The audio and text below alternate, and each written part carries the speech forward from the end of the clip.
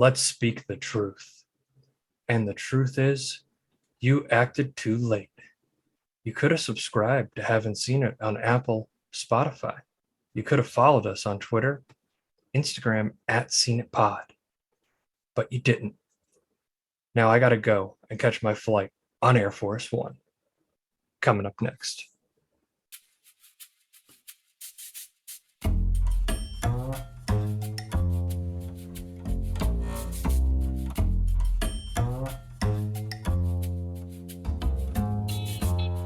Haven't Seen It with Tim Sestito and Tommy Tevenet.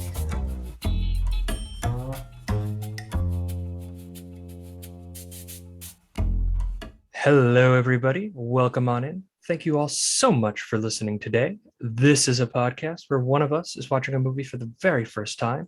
And today, that person is myself, I believe. Tommy, you've seen this before, right? Yeah, I saw this once in like a middle school sleepover back in the day. So I have that going for me. It was good. Yeah, I feel like I had definitely seen bits and pieces of it on TNT or whatever, because this is probably the definitive TNT movie. Oh yeah, this is totally like a Sunday morning on like TBS or TNT or like HBO or whatever. Not even a Sunday, just like around the clock. I feel like in the Yeah, mid 2000s, this was on non-stop around the yeah. clock. And we're gonna dive into the movie in just a minute. There is a little bit of news I wanted to cover. The Gray Man. It's coming out on Netflix. It's the new Russo brothers film, those iconic film directors, the visionaries behind Avengers Infinity War and Endgame. We know it was all And them for and sure. community episodes. And community episodes. And now listen, I'm not discrediting the fact that the Russo brothers are probably very good to work with actors and get those dynamic performances. But the Russo brothers said on the tour that saying like, oh, this notion that a theater is a sacred place is bullshit. It's like, dude, I get you're promoting a Netflix movie and they're kind of down or whatever, but you made a movie, or you're listed as the directors of movies that made $2.7 billion, the highest grossing movies of all time. I'm probably under on that figure. And you're saying like theaters aren't sacred spaces. Like, yeah, we get it. This podcast works because we don't have to go to the movies to watch the movies that we cover on here. We can watch them at home. That doesn't mean that there isn't a different experience at the theater, because there absolutely is. Think about all the movies like that you like have seen before. Where like the first watch, you maybe watched it on like your shitty tablet. I'm speaking for myself right here. And then you go to a screen of like I don't know somewhere where repertory theater, and you see it on the big screen, and how much different that experience is. This is probably my case for arguing why I should see Dune on the big screen, but whatever. But still, there's a different experience right there you get just from the you know theatrical experience. My TV's never gonna sound as good as like fucking the local AMC or whatever it is. Yeah, like I remember I saw 2001 A Space Odyssey in college on like my computer, and I was like, oh, okay, I get it. Like, yeah, okay, that's a movie. I get why it's such like a big deal. And then I saw it for the 50th anniversary in like a film print of it that was restored or whatever, and it was a completely different experience. So you can't just say one or the other just because you're making Netflix movies and you're using these whole teams of CGI artists to basically just like pre-render the movie for you, so you don't have to do any actual choreography or directing. It's just all laid out for you, Russo brothers. Well, it's like I'm not even gonna shit on the Marvel movies right here, but just like for example, those movies are movies that you want to see in the big screen because I know you hate this, but I personally love it when people cheer during movies, like during scenes during like Marvel movies or whatever. We were going crazy, like yeah, let's go. Or listen, I don't hate it. I hate it when it's you get like two a movie. It's not warranted. You hate the like pre-credit thing where it's just like Sony Pictures, let's go, fuck yeah, Sony. The logo, dude. Oh, hell yeah. It's like, no, You no, would no. have hated. You would have hated. I saw Dawn of the Dead, the original one, at the Museum of Modern Art recently in New York City, and throughout the movie, is enthusiastic crowd where people were really cheering and clapping for almost everything. It was like George Romero's name would pop up, people would start clapping. One of the main characters would pop up, people would start clapping. A zombie would pop up, people would start clapping. I was into it, but I feel like you would have gone fucking insane. Yeah, just like let me enjoy the movie. Like laughter is one thing because that's like a impulse reaction. Applause is like you know something's coming, so you just applaud it.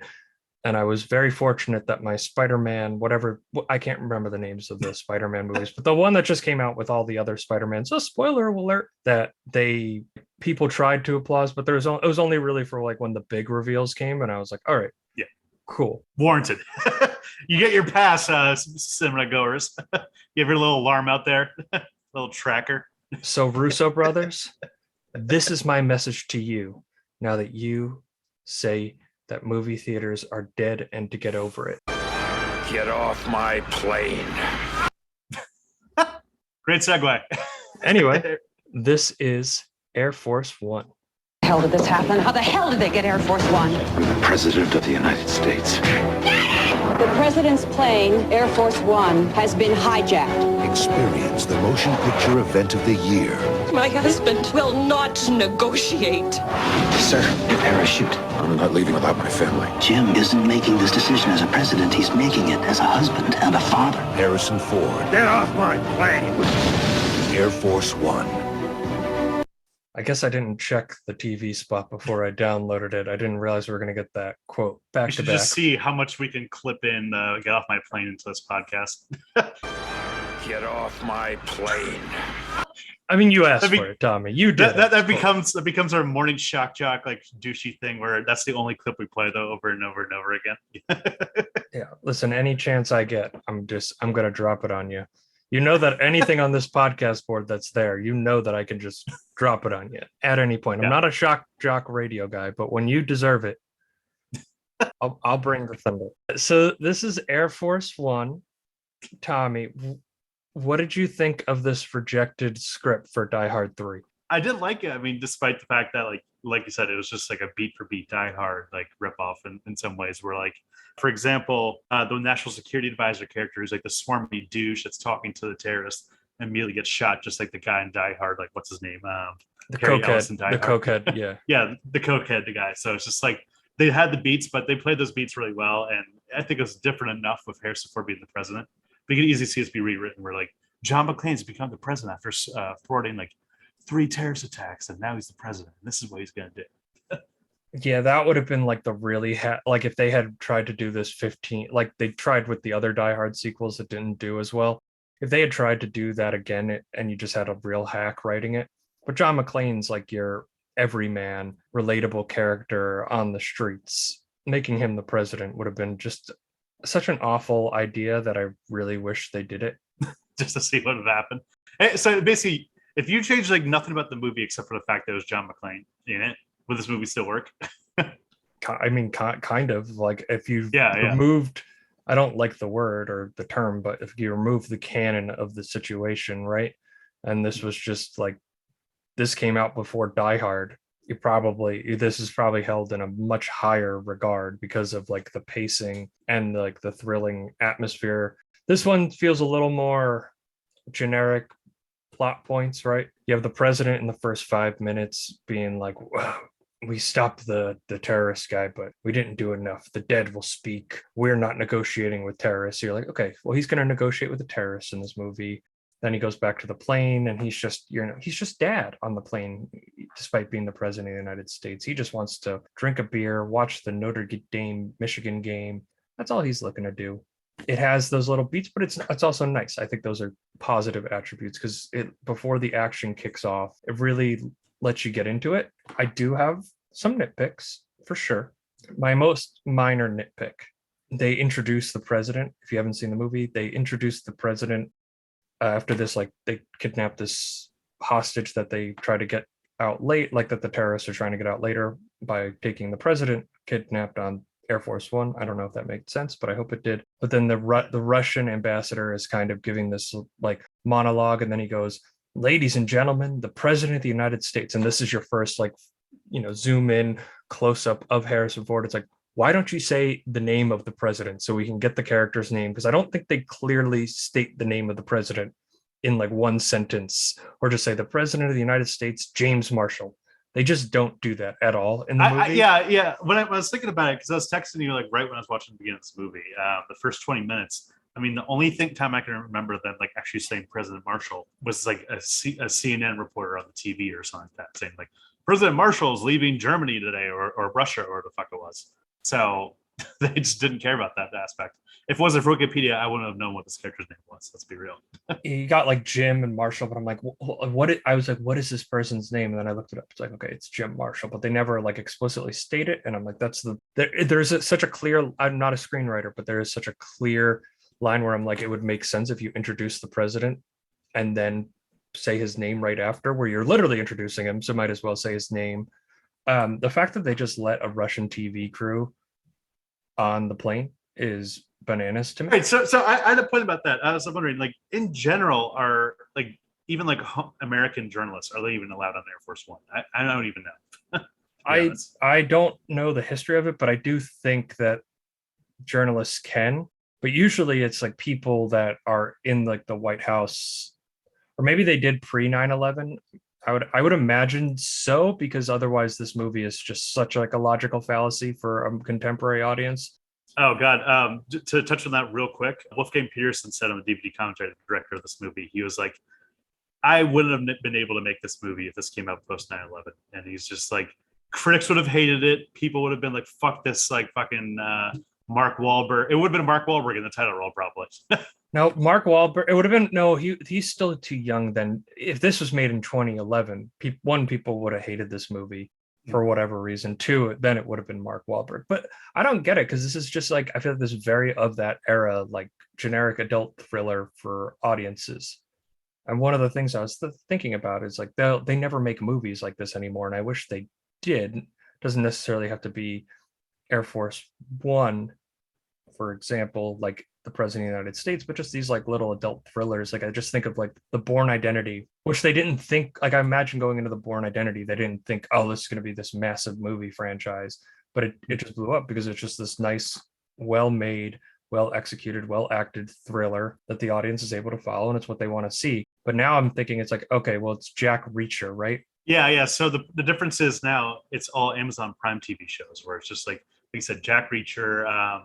What was the Jack Ryan is taken over by John Krasinski on Amazon Prime too. Prime's slowly become the home of like the dad adult thriller thing. Or like if this was made today, this would be a Netflix series probably, or like an Amazon Prime like original series. Can Tom Clancy come up with a name other than Jack in his title characters? It's Jack Reacher, and what was the other guy? No, Jack Reacher isn't him. He didn't do Jack Reacher.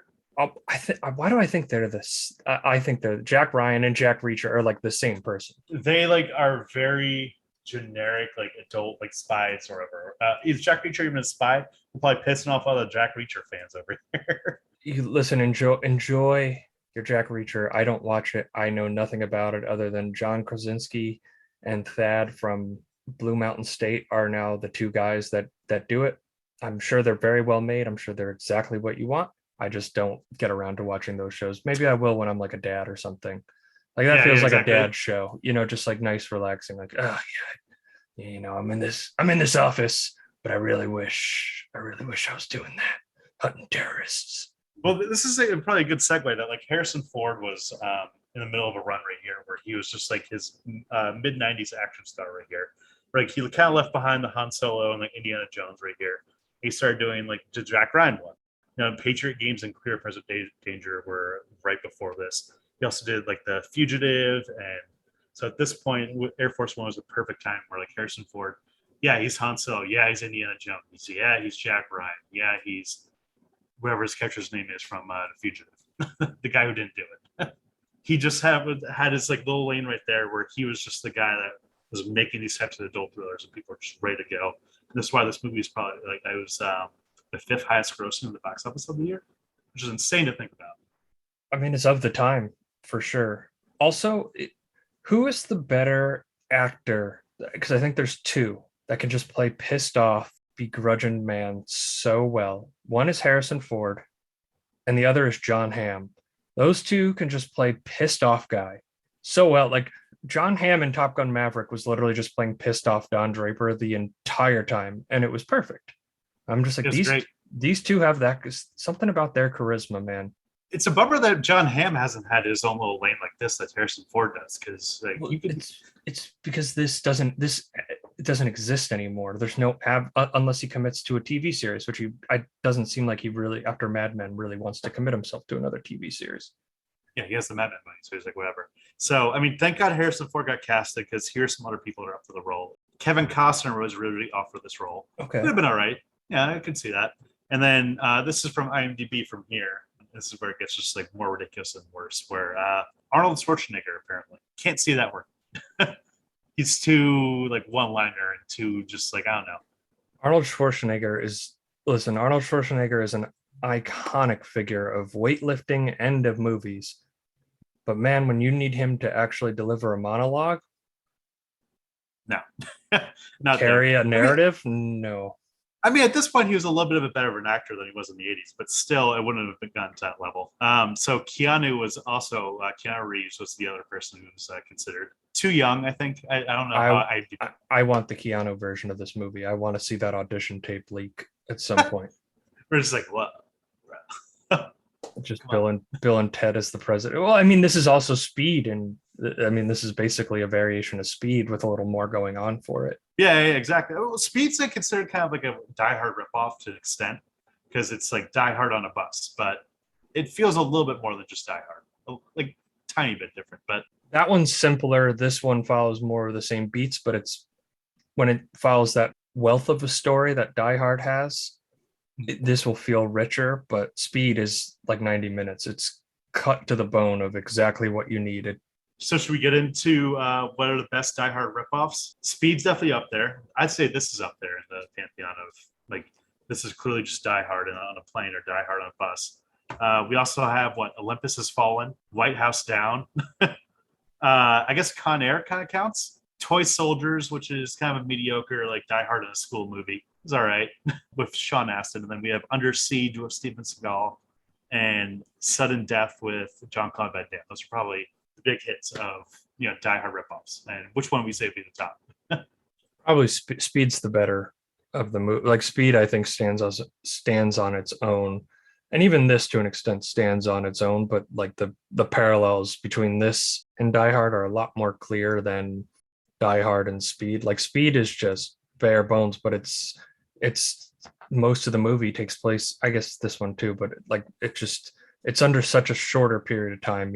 It's like it's a bus ride. It's not like when you're in a plane, space and like the time you can mess with this space and time. Same with even a building, right? Like where you can hide, like you can cut a half an hour. When you're on a moving bus and the bus is always moving, you don't have a lot of wiggle room to just like cut 5 minutes into the future. Like every minute has to be accounted for while that bus is still active. Yeah, they definitely added like a different wrinkle to it compared to Die Hard, where now we have movies that like we'll consider like, oh, this is a Speed ripoff. Speed would probably be the best. I'd say this movie right here, Air Force One, would probably be number 2. Also, I guess shout out to Paul Blart because that's technically a Die Hard movie. Get off my plane. So if you're playing the haven't seen drinking game, just every time you hear that, drink. Do we need to make that, or should other people make that? I'm just throwing it out there. So if you want to make it, Twitter, hit us up at CinePod. So basically, they all board Air Force One, right? I guess we were talking about the start of the movie. And Gary Oldman is posing as a Russian journalist. Like they killed these Russian journalists that were going to get on board. I did look it up. In the interim, back passenger cabin of Air Force One is reserved for the press. Okay.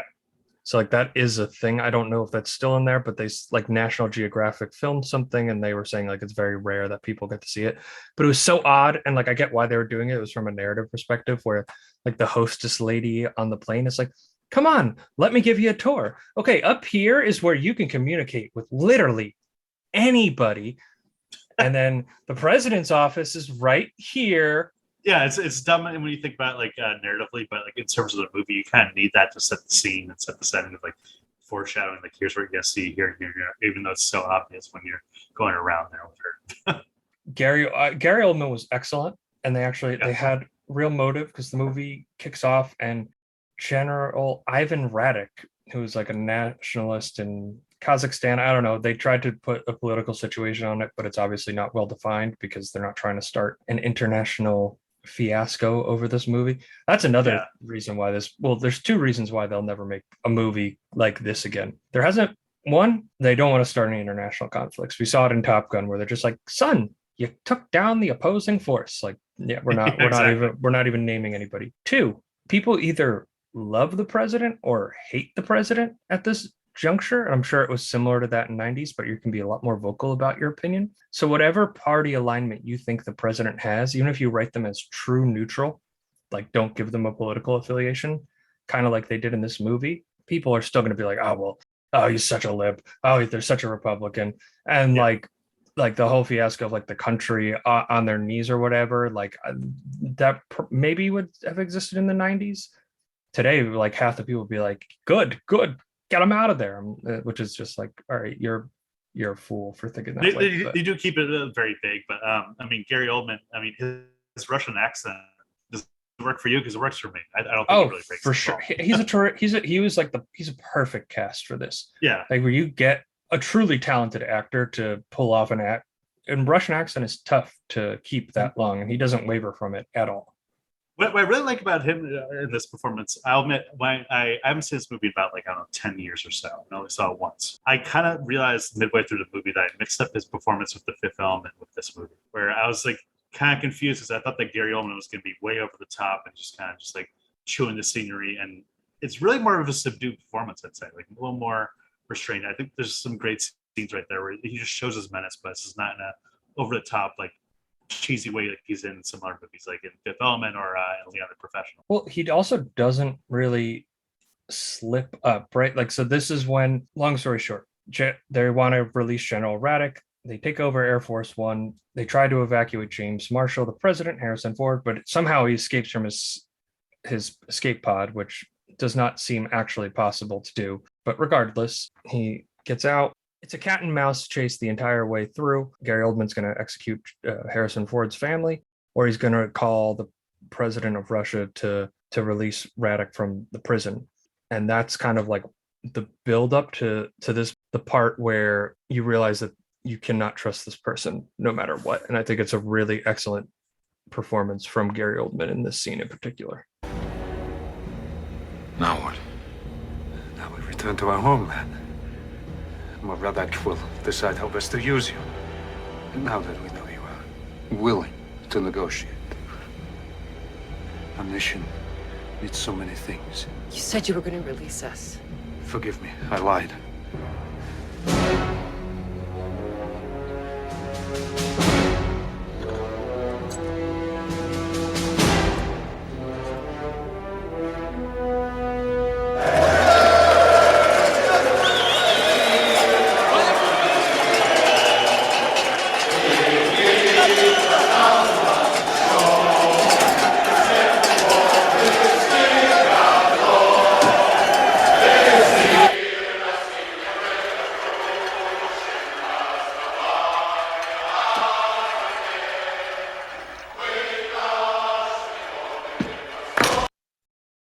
I just kept the Soviet music in because it kind of slaps, to be honest with you.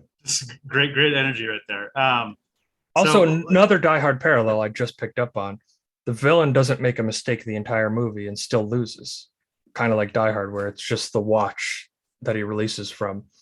There is shattered glass that Gary Marshall gets to break free from his cuffs. James Marshall, not Gary Marshall. That's the director from Pretty Woman. Right. Semantics, Tommy. James Marshall, Gary Marshall, doesn't really matter. And Gary Marshall would take it as a compliment that I compared him to a Harrison Ford character. So he would have been happy with that. Hey, you take those W's, right? If somebody was just like, Tim, you just remind me of Han Solo, I'd be like, you could never say a kinder thing to me if you even tried. Yeah, exactly. No one's gonna be mad. Well, it depends if you go the Harrison Ford route or the kid that played him in the Solo movie. Yeah, well, no one wants to be him. That's just another like Die Hard parallel I picked up there. But like, they have real motives. They actually have more motive in this than they did in Die Hard. Like Hans Gruber just like wanted the money to kind of disappear off the face of the earth and get whatever weapons with the bearer bonds or whatever that they were holding up at the firm. This one, it's like, no, this guy you took him prisoner. We are loyalists and we want him out. So it's almost like a stronger persuasion element as to why they're doing this, because hijacking Air Force One is lunacy. I like how casual they underlie his stuff right there. Where right in that scene that we just played, where he just says, "I thought you were going to release us," and he's like, "I lied." It's just like that's it. It's not like a menacing, just like, oh well, I lied and you're gonna die. And then it's just like, yeah, whatever, I lied, you're gonna die. So just Big villain laugh, like yeah, exactly. and then he tackles him, and then the fight. Yeah, it doesn't. He could have been that like moment. easily like cheesy, like Rocky and Bullwinkle type of Russian accent right there, where it's just like way over the top, but it's just so subdued. And I like how the score just swells right when he says that too. So the score, I mean, I wouldn't say it's like the most memorable score I've heard in my life, but it adds to the movie. It does its job for the movie perfectly. Exactly. It's like nice, It's patriotic, triumphant, very March, very John Philip Sousa influenced, Do you know perfectly that Randy American. Newman? Randy Newman did it? No, Randy Newman was supposed to do it at first, but Wolfgang Peterson, director, said it was replaced because it was too serious to the point of almost parody, or it was just like, this is almost like an unintentionally funny. So I think it was Jerry Goldsmith did the score, and he did it in 12 days, and he did a fine job for 12 days. I'll say that.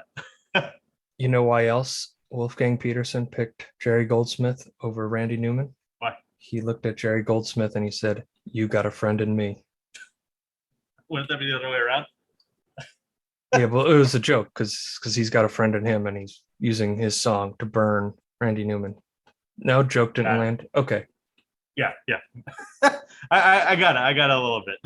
Did you get the joke, Tommy? Did you understand what I was trying to tell you? I get your Randy Newman reference.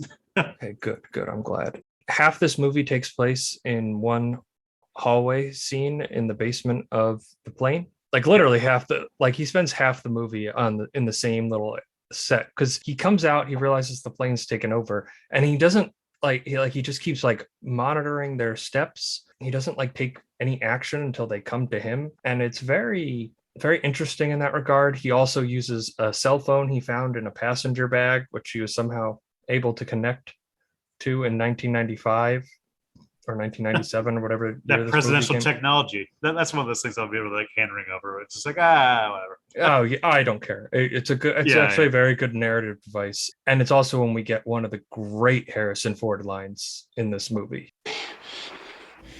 Listen to me. You know who I am. I'm the President of the United States. Don't think that means I don't shoot you. Put your hands behind your head and move. Go on, блядь!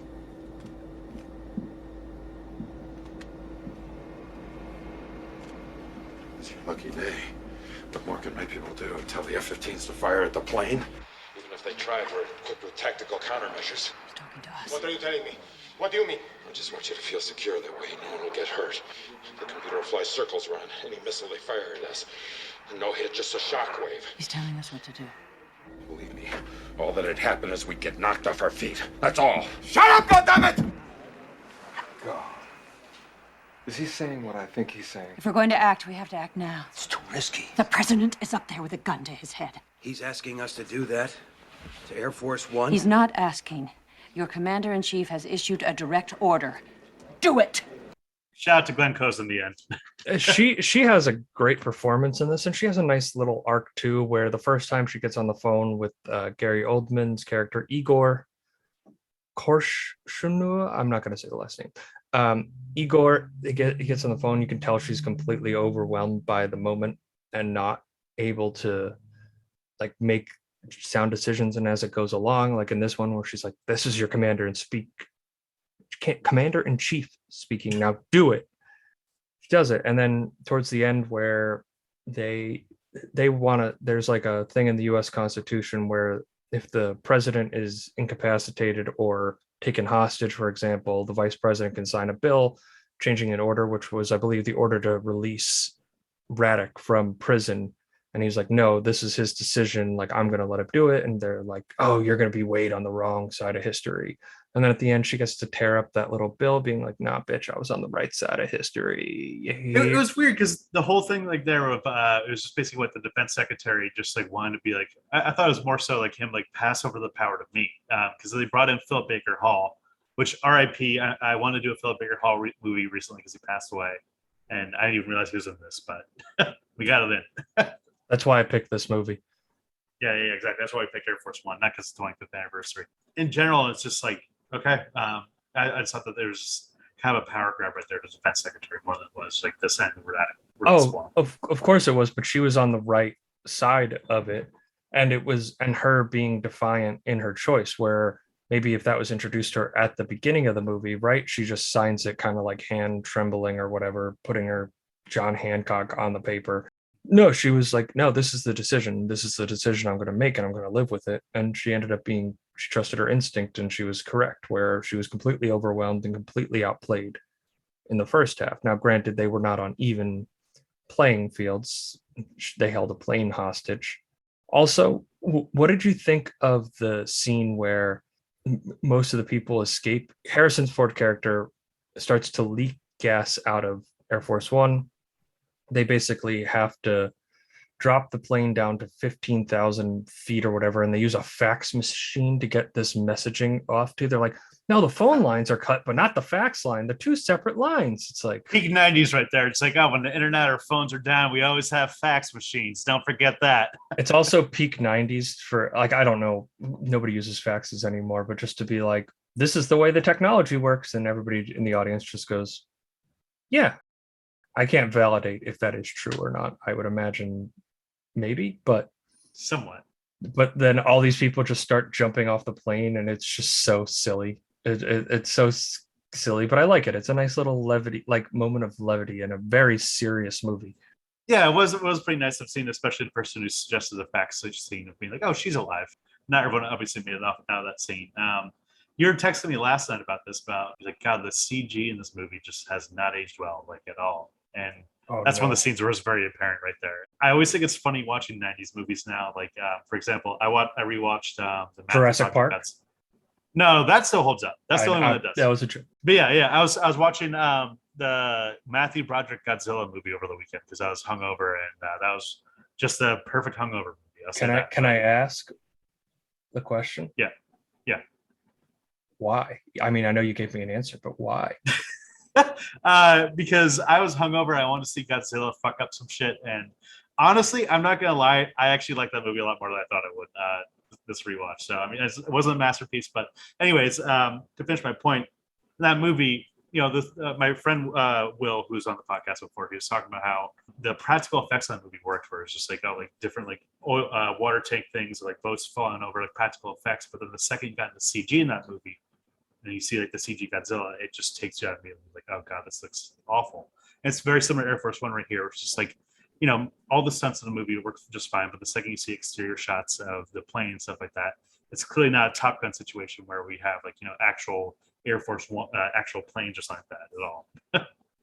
I laughed when Air Force One crashes into the ocean. I legitimately burst out laughing because it looks so goofy and just ridiculous. Like, it looks so terrible.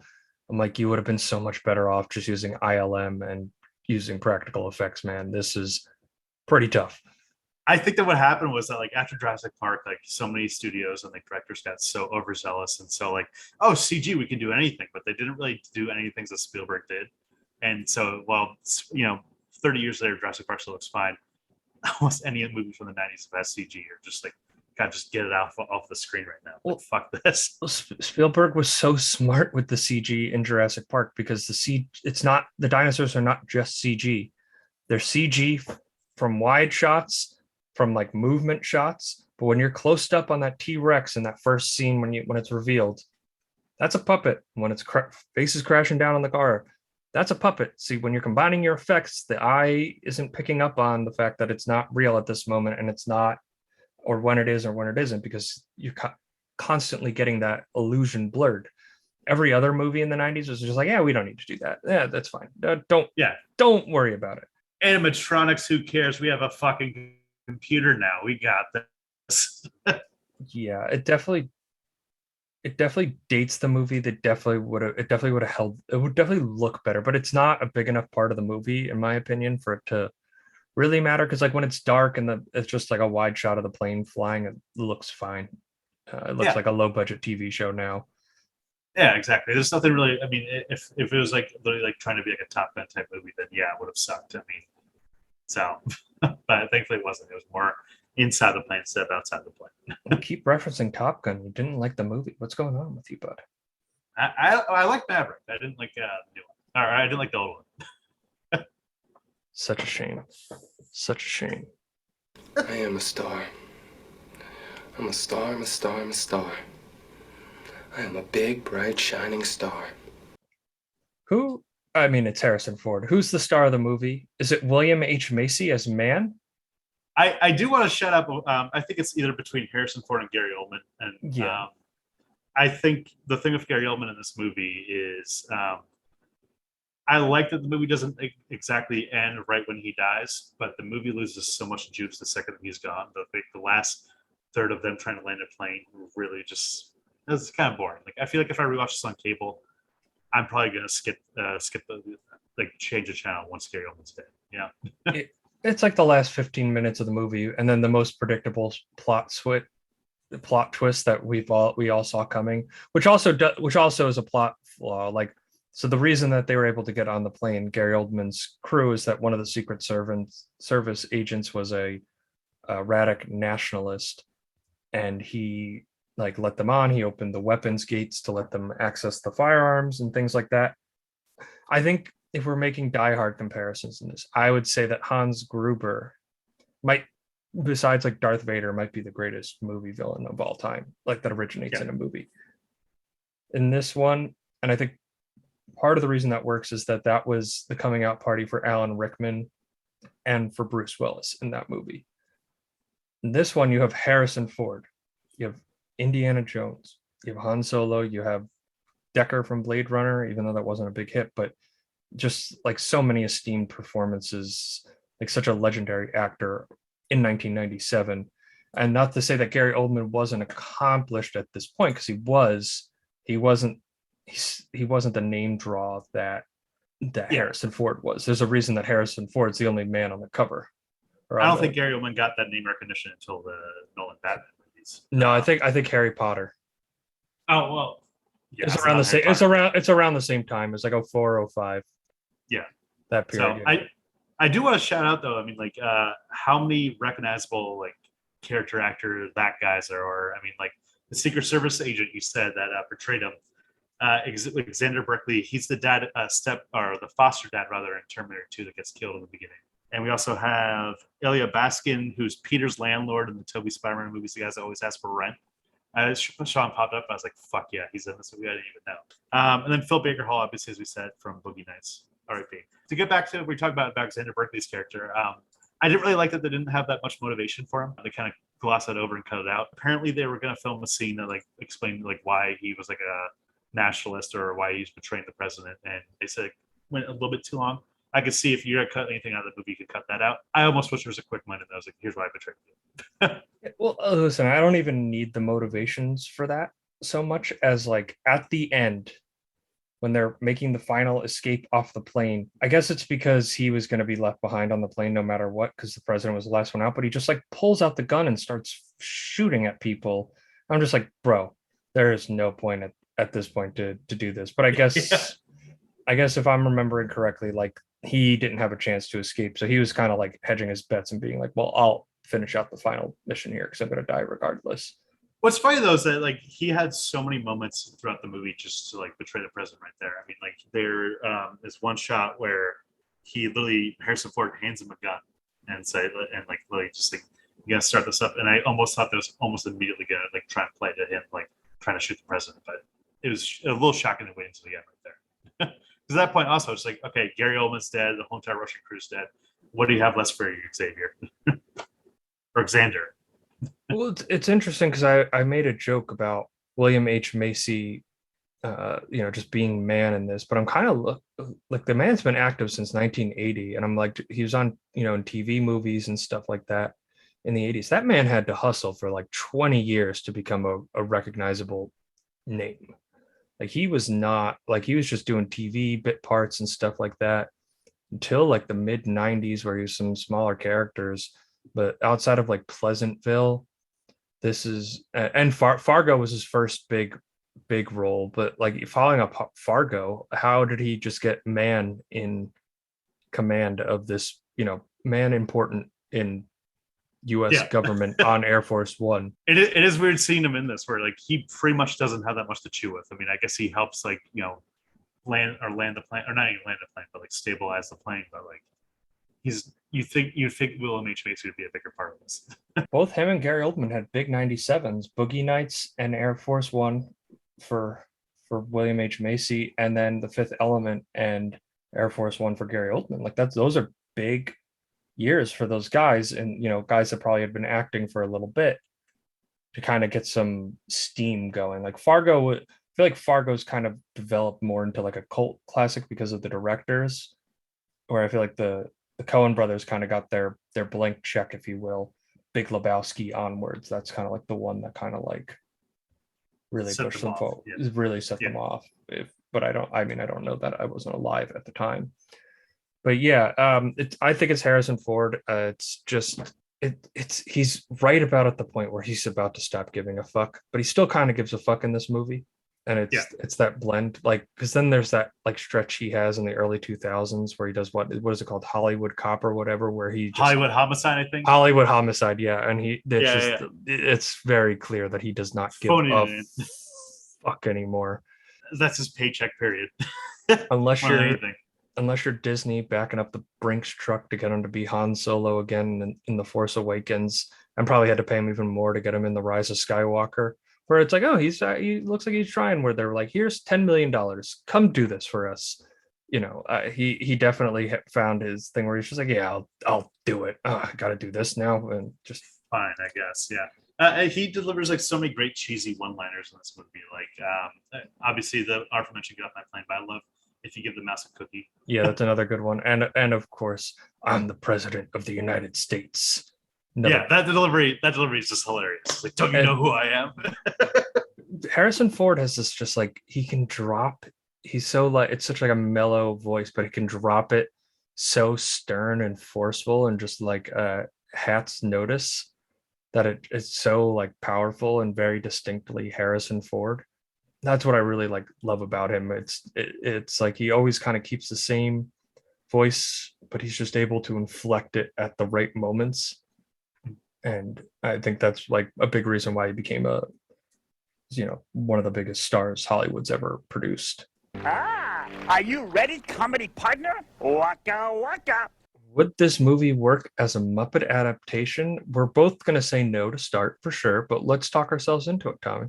Yeah, this movie is not goofy enough to get through it. I mean, like, you're gonna have Gary Oldman like threaten to shoot like one of the Muppets, and just like Muppet like felt comes out of their brains or something like that. Yes, that would be awesome. That'd be the movie. That's what you need. We just need the hyper violent Muppet action movie, but this movie isn't violent enough to get that to that level. Gary Oldman would be the human you'd keep, and then you'd have Kermit be the president, and Piggy be Glenn Close, right? Oh no, someone's on the plane. Oh. Yeah, it would just watching like Kermit like puppet chop other Russian Muppet bodyguards or whatever, that'd be hilarious. Yeah, exactly. Just like flying his like limbs around and stuff like that, and just like you see one of the guys get like shot or something like that, and just felt goes everywhere, just like stuffing comes out. Disney, I know you're family friendly, but come on, dude, just hit us up, man. We're gonna take the Muppets and make. You're not gonna believe the kind of Muppets we're about to make. Okay, so review time, Tommy. Give me your score. So this is I think my second watch really of this movie. I did like it on this rewatch. It does play the generic Die Hard, like this is essentially Die Hard on Air Force One, and it's the president. So I mean we've been laboring that to death over this, but overall it still hits those beats pretty well. It's still an engaging action movie. Harrison Ford's back then. Gary Oldman is a great action movie villain. It's great that he had to have more of a subdued performance, and we got to see the flip side. Your Fifth Element. So I'm gonna give this, I think, 3.5 out of 5. So it was a fun movie. It wasn't the most amazing, original movie I've seen, but it still was a very fun watch. Yeah, listen, this is it was a TNT movie for a decade for a reason. This is a great shut your brain off, just kind of like just sit back, relax, enjoy. You're gonna have a good time. Harrison Ford is dynamic. Gary Oldman's excellent as a villain. Some nice little like action set pieces in there as well. Like really well edited, really well paced to kind of keep the tension all the way through until Gary Oldman dies. But like the last 10 minutes, like you have to get them off the plane safely somehow. So I give this 3 out of 5. Very fun movie. Totally recommend it. 3 out of 5. Tommy, any final thoughts before we sign off? So thank you guys for listening again. Feel free give us 5 stars on Apple, Spotify, wherever you're listening to this. Really helps out the pod. And then you can follow us on social media at SeenItPod. That's on Twitter, Instagram, and even TikTok. So next week we're covering The Terminator. So that's gonna be a good one. Timmy, I don't know how I've never seen that. I don't know, man. I don't know, but I'm about to resolve my sins. I mean, you're the guy that hasn't seen The Godfather, so I really don't want to hear it from you. Yeah, exactly. Where do I get to stand? Only just saw Forrest Gump 2 weeks ago.